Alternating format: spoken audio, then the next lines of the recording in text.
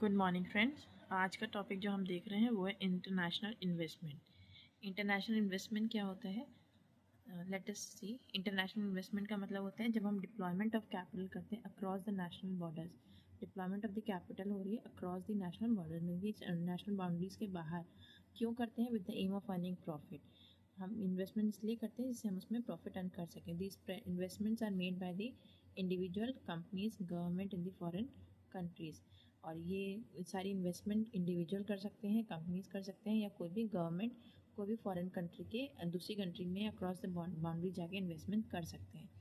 For getting the higher returns, for assessing the new market, या benefit लेने के लिए किसी और की इकोनॉमिक कंडीशंस का।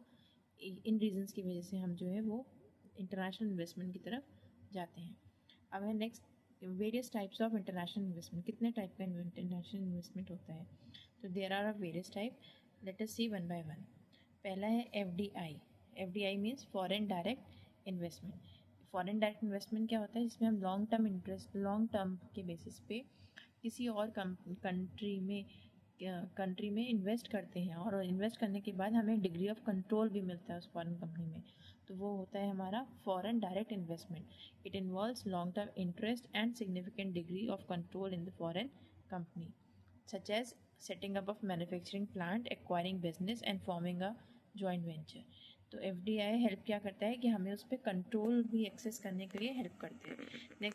Next type of international investment is FPI, that is foreign portfolio investment. ये जस्ट सेम होता है लाइक FDI, बस इसमें डिफरेंस ये होता है इसमें भी हम फॉरेन इन्वेस्टमेंट करते हैं बट हमें कंट्रोल नहीं मिलता है ऑन दैट इंस्टीट्यूशन। में हमें कंट्रोल नहीं मिलता है फॉरेन कंपनी के ऊपर। It includes the investment in the foreign financial assets like stock and bonds, but unlike FDI it does not provide any control over the company. हमें इसमें control नहीं मिलता है, लेकिन हमें FDI में कंट्रोल मिलता था कंपनी के ऊपर, क्योंकि हम इन्वेस्टमेंट करते हैं। जितने परसेंट का हमारा इन्वेस्टमेंट होता है उतना हमें कंट्रोल मिलता है। लेकिन FPI में हमें कंट्रोल नहीं मिलता है, हम सिर्फ कंपनी के शेयर्स, स्टॉक एंड बॉन्ड्स पे इन्वेस्ट कर सकते हैं। इसका मेन मोटिव FPI का ये होता है कि हमें अर्न करना है प्रॉफिट फ्रॉम द इंटरेस्ट और द डिविडेंड, और हमें लेना है benefit from the capital gain. तो इन रीजंस की वजह से हम FPI पे फोकस करते हैं। Now the next is official flow. Official flow means कोई भी इन्वेस्टमेंट अगर वहाँ कहें कि गवर्नमेंट या इंटरनेशनल ऑर्गेनाइजेशन कर रहे हैं तो वो ऑफिशियल फ्लो में काउंट होता है। लाइक किसी कंट्री ने एड प्रोवाइड किया, ग्रांट प्रोवाइड किया, लोन किया for the development of the economic stability of in the country, तो वो ऑफिशियल फ्लो होते हैं।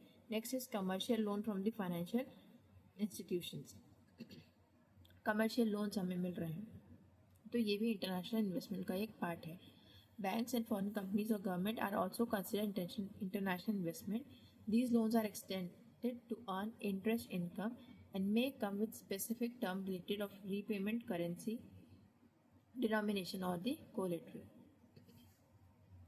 And lastly, the type of international investment is international real estate investment. Real estate investment का मतलब क्या है कि हम किसी और कंट्री के रियल एस्टेट में इन्वेस्ट कर रहे हैं, like buying the property abroad either for the personal use और फॉर द रेंटल इनकम और फॉर द कैपिटल एप्रिसिएशन। हम दूसरी कंट्री में जाकर उनके रियल एस्टेट में इन्वेस्ट कर रहे हैं, तो वो भी एक पार्ट है इंटरनेशनल इन्वेस्टमेंट का। This type of investment provides portfolio diversification as influenced by the local property laws, market trend and currency fluctuation. ये जो टाइप ऑफ इन्वेस्टमेंट है ये जिस भी कंट्री में हम जा रहे हैं वहाँ के लोकल लॉज से अफेक्टेड रहता है। तो ये 5 टाइप के हमारे इंटरनेशनल इन्वेस्टमेंट हैं जिसके through these are the types of international investment easily.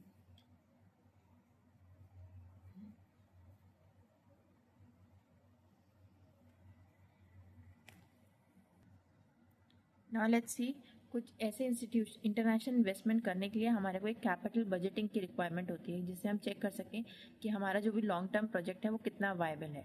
तो उसके लिए हम कैपिटल बजटिंग करते हैं, जिसमें हम डिटरमाइन करते हैं वो फैक्टर्स जिसकी वजह से हमारा ये जो इन्वेस्टमेंट है ये कितना वायबल है। तो कुछ फैक्टर्स हैं जो कैपिटल बजटिंग पे अफेक्ट करते हैं। The factors affecting capital budgeting, पहला फैक्टर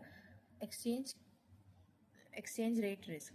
एक्सचेंज रेट रिस्क का मतलब क्या है? जब हम दूसरी कंट्री में इन्वेस्ट करने जा रहे हैं तो वहाँ का करेंसी एक्सचेंज रेट क्या चल रहा है वो अगर चेंज होता है तो भी हमारे बजटिंग पे अफेक्ट करेगा. Since investments are made in the different currency, तो fluctuation in exchange rate can impact both the cost and the return of the project. अगर करेंसी में फ्लक्चुएशन आता है तो कॉस्ट पे और उसके रिटर्न दोनों पे इफेक्ट हो सकता है. Next is political and economic stability of the host country. जो होस्ट कंट्री है, ये भी बहुत इंपॉर्टेंट फैक्टर है. जो होस्ट कंट्री है उसका क्या पॉलिटिकल और इकोनॉमिकल स्टेबिलिटी है. अगर वो स्टेबल है तो हमारा कैपिटल बजटिंग जैसे हमने सोचा है, जिस हिसाब से हमने प्लान किया है, लेकिन अगर वहाँ पे अनस्टेबिलिटी आ गई, पॉलिटिकल अनस्टेबिलिटी आ गई या इकोनॉमिकल अनस्टेबिलिटी आ गई होस्ट कंट्री में, तो भी हमारा कैपिटल बजटिंग अफेक्ट हो जाएगा. Next is different in tax structure and the possibility of double taxation. This is also a very important part, जिसकी वजह से कैपिटल बजटिंग अफेक्ट हो सकती है फॉर द इंटरनेशनल इन्वेस्टमेंट. इसमें क्या है कि हर कंट्री अपनी अपनी कंट्री में जो भी इनकम जनरेट हुई है उसके अकॉर्डिंग उस पर टैक्स लगाता है.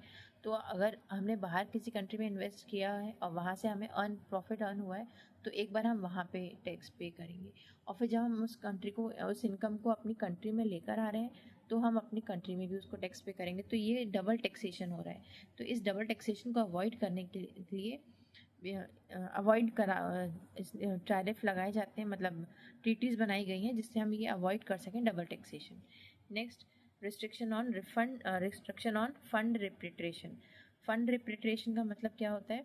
कुछ कंट्रीज़ में ऐसा होता है कि आप इतना, जो भी आपने प्रॉफिट अर्न करा है या जो भी आपने इन्वेस्टमेंट करा है, वो आप कितने टाइम के बाद, एक लिमिट लगा देती है कंट्री कि आप इतने टाइम के बाद या इतने लॉक इन पीरियड के बाद आप अपनी कंट्री में बैक कर सकते हैं उतना प्रॉफिट.